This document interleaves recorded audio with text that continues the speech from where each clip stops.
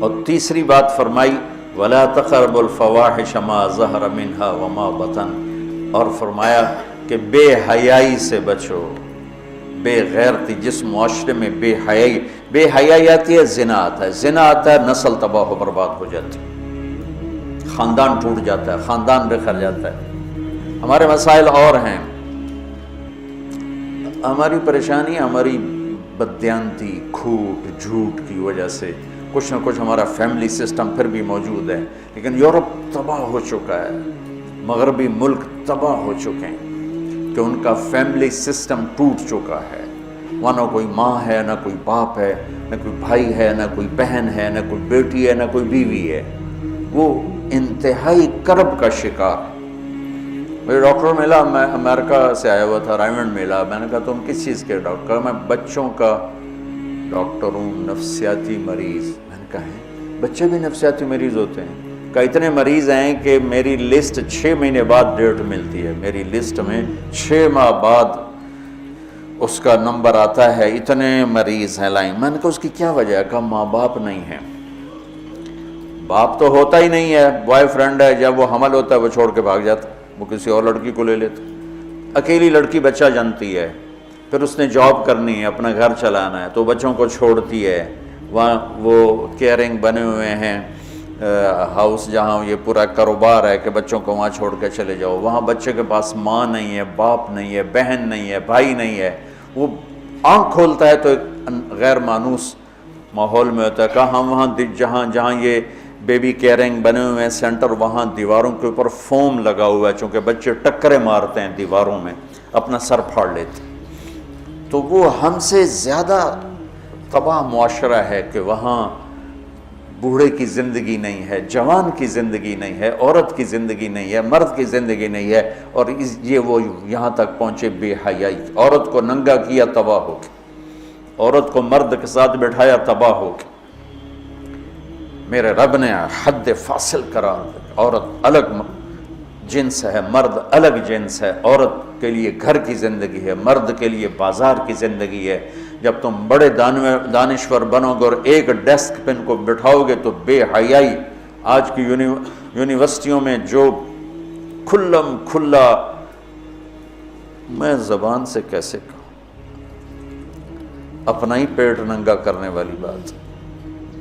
اور میرا رب کہہ رہا لا تقربوا الفواحش ما ظہر منها وما بطن، کہ بے حیائی کے قریب نہ جاؤ، بے حیائی کے قریب نہ جاؤ.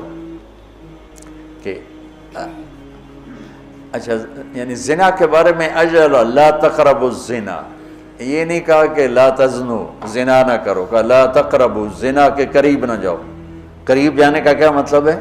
بے پردگی، آوارگی، مکس گیدرنگ، عورتوں کے چھوٹے کپڑے، اور اب جسم کو ننگا کرنا، نمائش کرنا.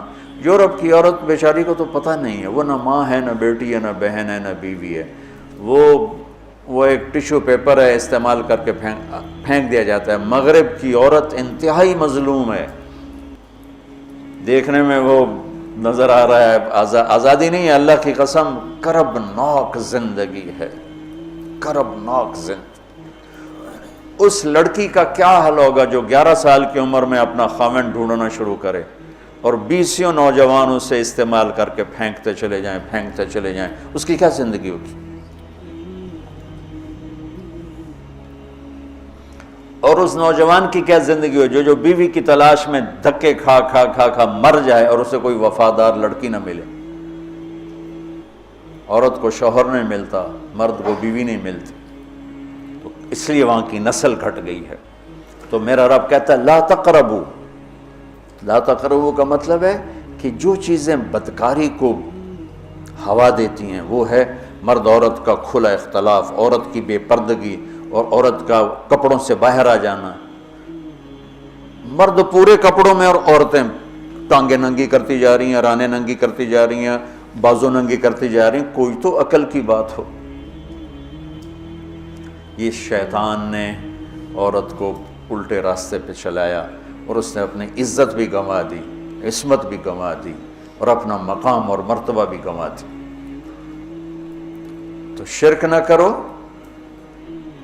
والدین کے ساتھ احسان کرو،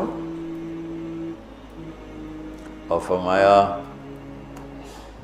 بے حیا نہ بنو، بے حیا نہ بنو، بے غیرت نہ بنو۔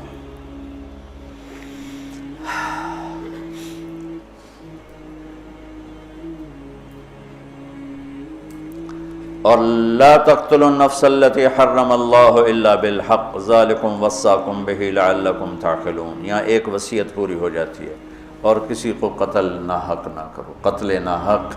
من یقتل منکم متعمدا، من یقتل مؤمنا متعمدا فجزاؤہ جہنم خالدا فیہا غضب اللہ علیہ ولعنہ وعد لہ عذابا عظیما۔ اللہ نے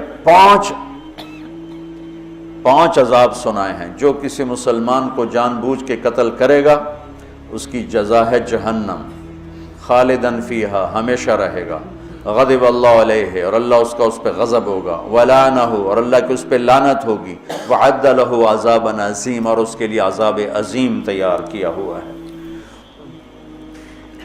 عمر بن عبدالعزیز کا انتقال ہونے لگا تو بلا کے رجا سے کہا 3 بادشاہوں کو قبر میں اتارا، عبد الملک کو، ولید کو، سلیمان کو، تہجد گزار، شب بیدار، روزے دار، قرآن کی تلاوت کرنے والے، زنا سے پاک، شراب سے پاک، فحاشی سے پاک، آوارگی سے پاک۔ لیکن فرمایا میں نے دیکھا ان کے چہرے کالے سیاہ ہو گئے اور ان کے چہرے قبلے سے یوں ہٹ گئے۔ کیا تھا؟ ظالم، خون بہایا۔